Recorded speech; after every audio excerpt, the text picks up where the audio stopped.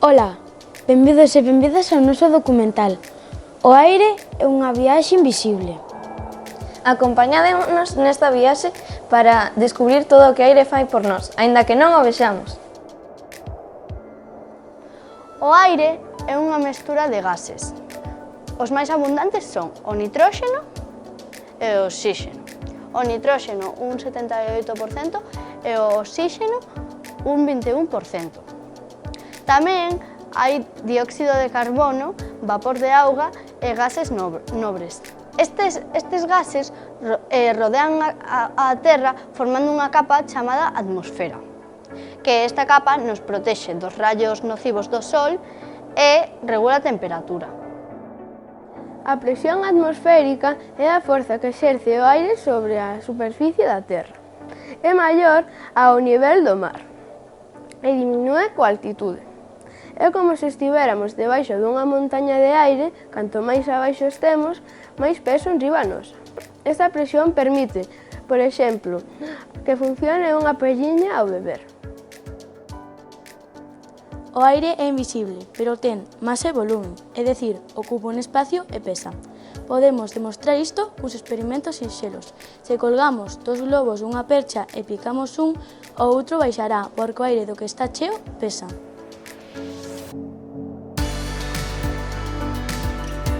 Que na temperatura e a humidade tamén depende do aire. Pensades que o aire quente pesa máis ou menos que o aire frío? Pensade a resposta durante uns segundos.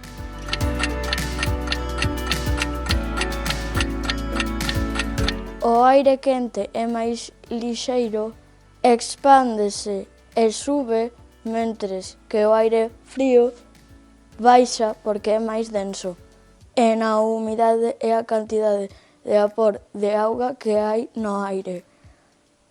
E influe na sensación térmica e cando hai humidade sentimos máis calor.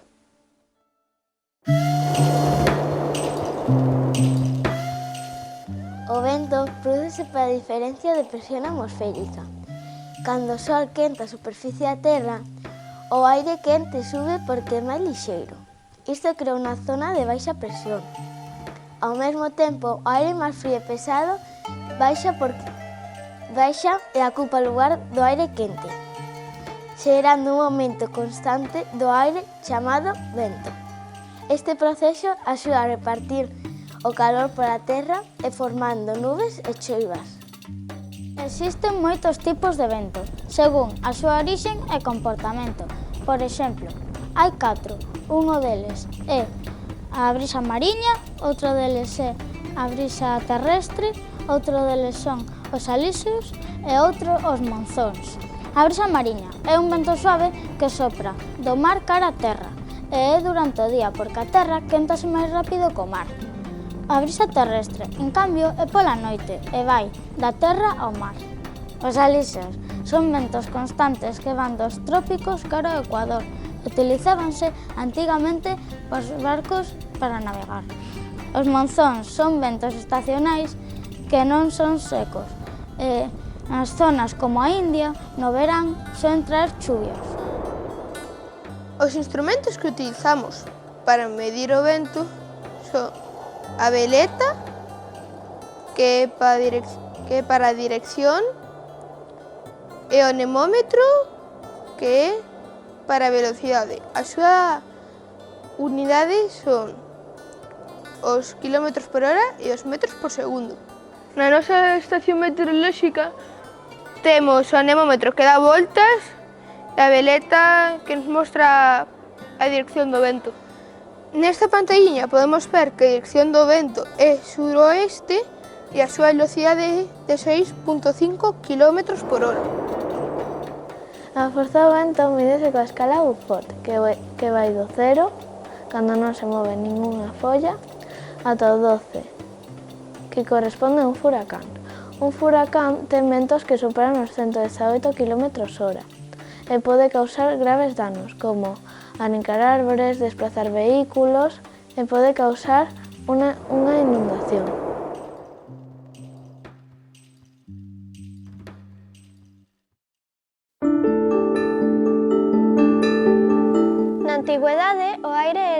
considerado un dos 4 elementos fundamentais, xunto coa auga, o lume e a terra. Para os gregos, cada elemento tiña un deus. O deus da auga era Poseidón, deus do mar e os ríos e todas as augas. Controlaba as tormentas mariñas e os terremotos. O do lume era Hefesto, deus do lume, da forxa e da artesanía. O da terra era Gaia, nai de todos os seres vivos, os montes e os océanos. E o do vento era Eolo.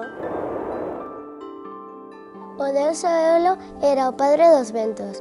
Vivía nunha illa afastada e tiña os ventos guardados en ordes máxicos, que podía sacar cando quería.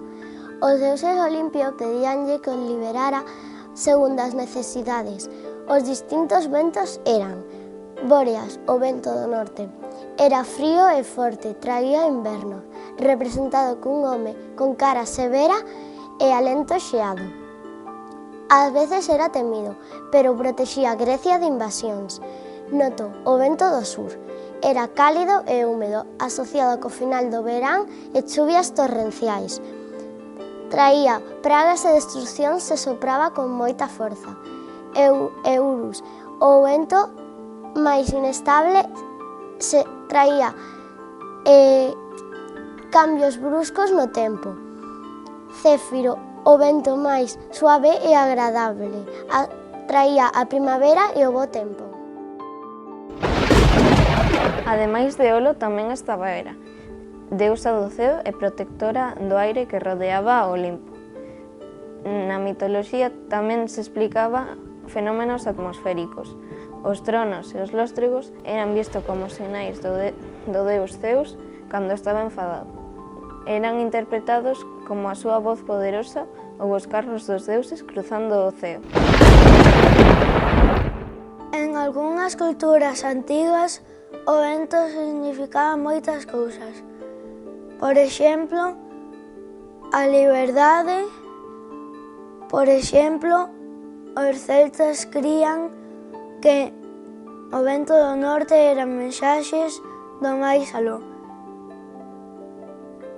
Tamén na cultura xaponesa, os kamikazes eran vento divino que salvaba o país de invasións. Para moitas civilizacións, o aire era un mensaxeiro sagrado.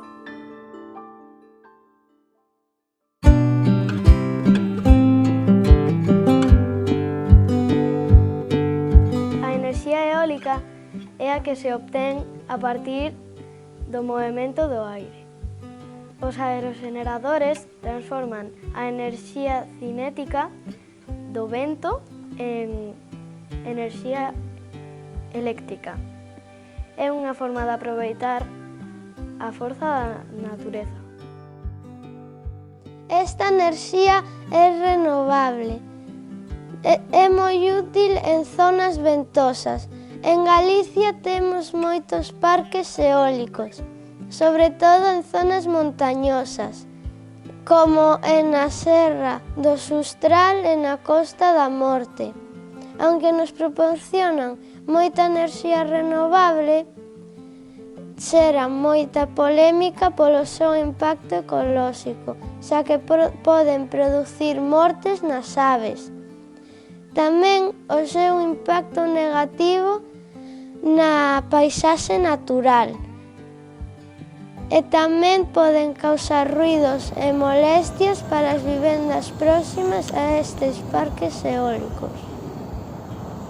O funcionamento dun aeroxirador básase en un rotor con 3 grandes pás que xiran cando o vento sopra.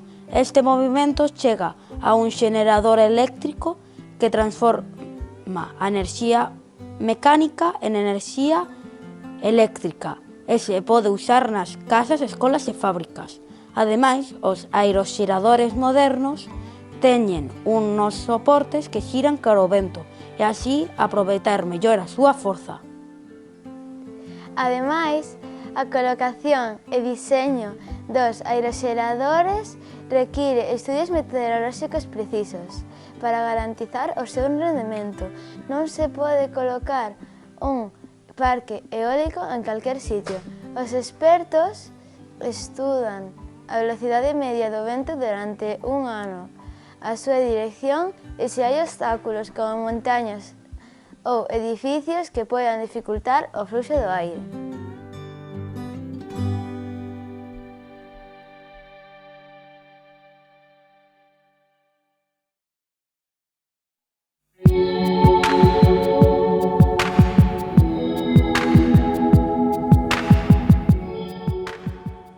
A contaminación do aire prodúcese cando se liberan sustancias perxudiciais na atmosfera, especialmente a través de queima de combustibles fósiles como o carbón, o petróleo e o gas. Isto sucede, por exemplo, nos coches, nas centrais térmicas e nas fábricas. Os principais contaminantes son o dióxido de sofre, que pode provocar choiva ácida, o monóxido de carbono, que fai que o aire non chegue ben ao corpo, e os óxidos de nitróxeno, que contribúen ás neboas das cidades.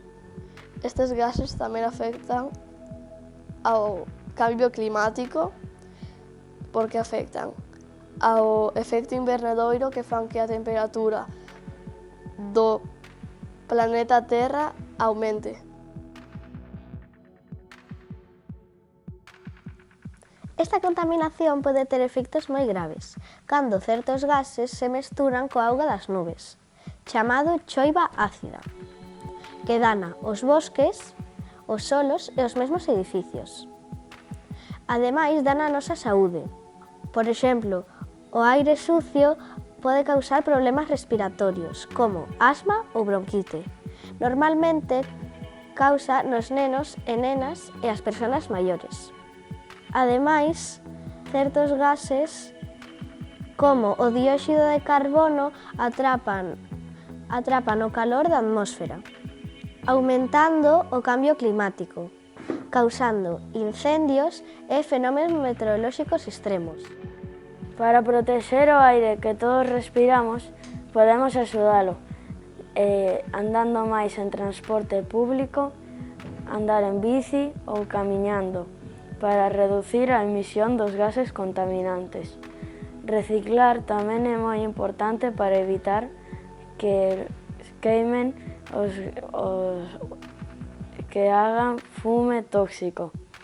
E plantar árbores tamén é a mellor maneira natural de limpar o aire, porque absorbe dióxido de carbono e solta oxígeno. Se cada un fai a súa parte, mesmo pequena acción, pode hacer unha gran diferencia no mundo e nosa saúde.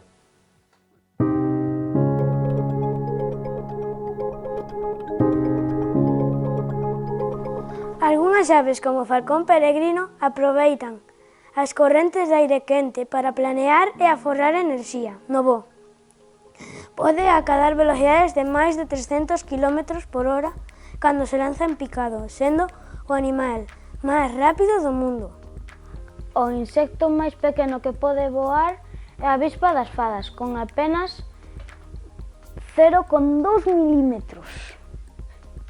E hai algunhas aves como a avestruz e o kiwi, que aunque teñan as, non poden voar.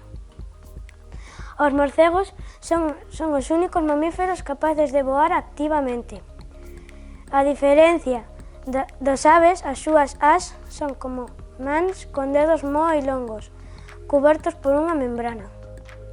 Algúns insectos, como a libélula e a bolboreta, poden mover cada unha das súas ás independentemente para poder facer maniobras sorprendentes.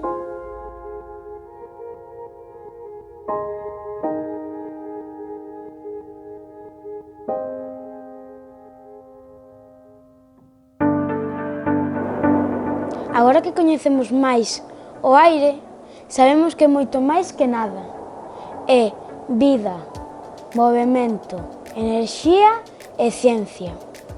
Grazas por acompañarnos nesta viaxe invisible. Respiremos fondo e cuidémolo sempre. Adeus.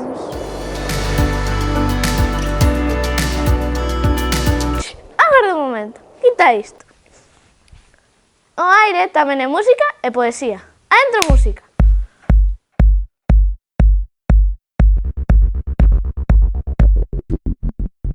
Vento mareiro que ves do mar, dime no oído que tal estás. Vento mareiro que ves do mar, dime se cantas polas mañás e se descansas polo serán. Vento mareiro que ves do mar, dime se falas coas campás, que non as oio repenicar. Vento mareiro que ves do mar, dices de estrelas seguen a contar, ese se arrola na prea mar. Vento mareiro que ves do mar, deixa os sonhos andar ao ar. Vento mareiro que ves do mar.